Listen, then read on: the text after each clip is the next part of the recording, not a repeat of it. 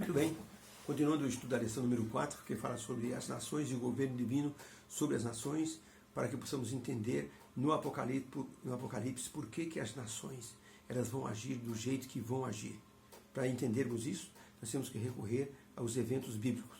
E um deles é justamente a questão do povo de Israel, quando era governado por Deus, tiveram grande sucesso, se tornaram uma nação poderosa.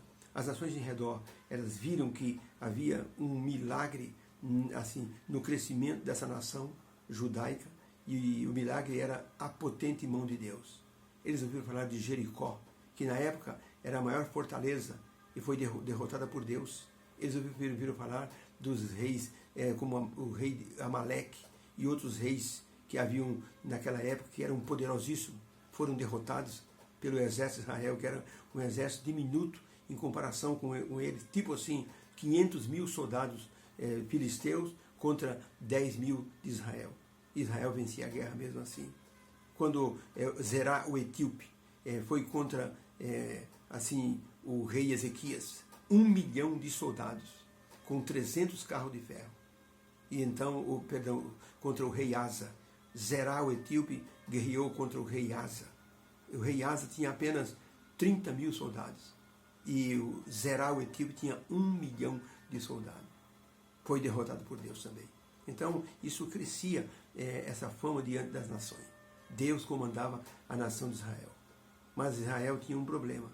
Eles fraquejavam sempre diante de algumas situações simples.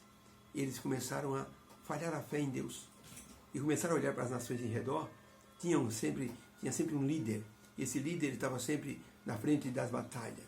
O rei era tido assim como uma figura principal. E o rei saía nas batalhas. E sempre saíam vitoriosos. Eles invejaram isso. E queriam um rei para si. Disseram ao profeta Samuel: você já está velho. Seus filhos não seguem a Deus. Então, vai chegar uma hora que você vai morrer também. Então, nós queremos um rei. Queremos ser iguais às outras nações. Pergunta de número 4. Por que ter um rei pareceu uma boa ideia para os líderes de Israel?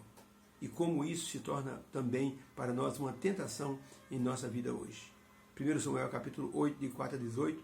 Então, todos os anciãos de Israel se congregaram e vieram a Samuel, a Ramá, onde ele morava, e disseram: eis que já estás velho. Constitui-me, pois, agora um rei sobre nós, para que ele nos julgue, como todas as nações têm. Porém, esta palavra pareceu mal aos olhos de Samuel. E o profeta Samuel orou ao Senhor. E disse o Senhor a Samuel: ouve a voz do povo em tudo quanto te dizem, porque eles não te rejeitaram, Samuel, rejeitaram a mim, para que eu não reine sobre eles. E falou Samuel todas as palavras do Senhor diante do povo que lhe pedia um rei. E Samuel disse: este será o costume do rei que houver de reinar sobre vós.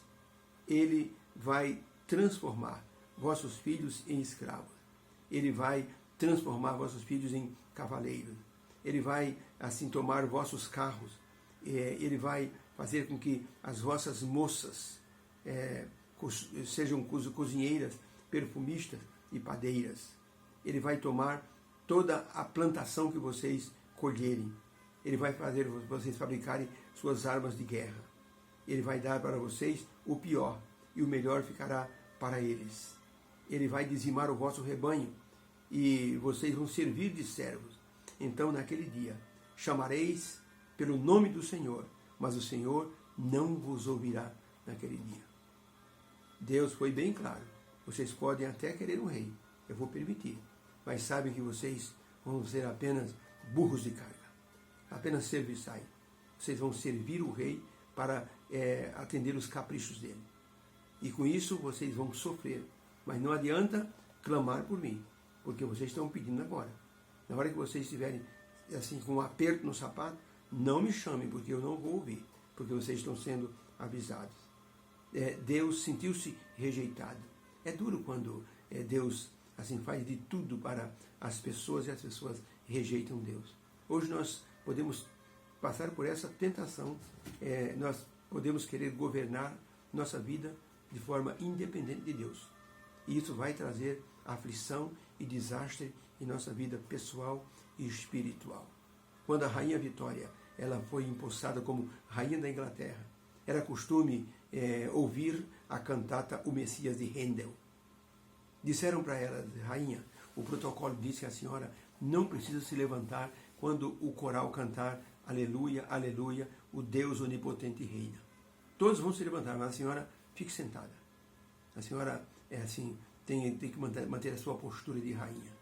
O coral começou a cantar, 300 vozes. E quando aquele coral começou a cantar Aleluia, Aleluia, o Deus onipotente reina, a rainha Vitória ficou incomodada. Todo mundo se levantou. E ela não aguentou. Ela levantou-se também e ficou curvada, como se estivesse oferecendo a coroa dela ao Rei dos Reis. Ela dizia, eu sou dependente de Deus. Ele é o meu rei. Eu sou a rainha, mas Deus é o meu rei acima do meu governo. O povo de Israel não queria Deus como governante, por isso solicitaram um rei humano. E esse rei humano iria transformar a vida deles num verdadeiro inferno. E o livro de Reis e Crônicas mostra que a maioria dos reis de Israel foram reis que não serviram a Deus. E levaram o povo para a idolatria e, logicamente, para o desagrado divino. Ellen White, no livro Meditações Matinais de 1971, que tem o título Vidas que Falam, na página 146, está escrito uma palavra dela, diz o seguinte: o pedido do povo de ter um rei era um procedimento rebelde de afastamento de Deus, que era seu guia especial.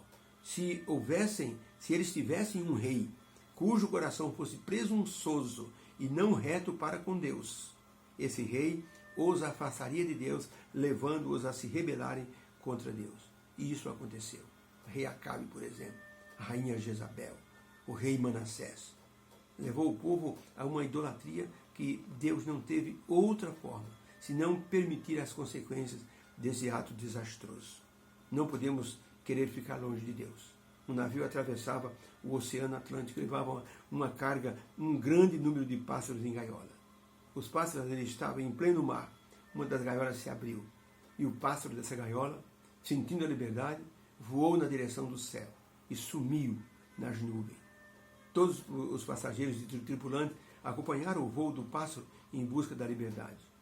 Ele sumiu no horizonte. 2 horas depois, o fujão voltou ao navio e se deixou apanhar sem resistência.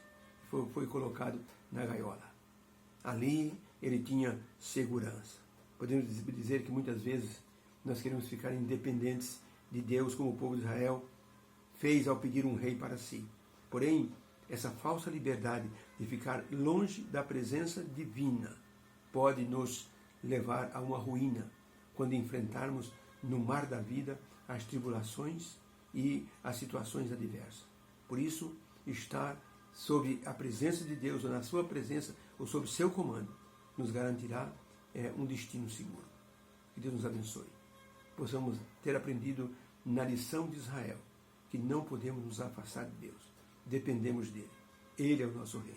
Que ele nos abençoe e governe a nossa vida. Fica com Deus.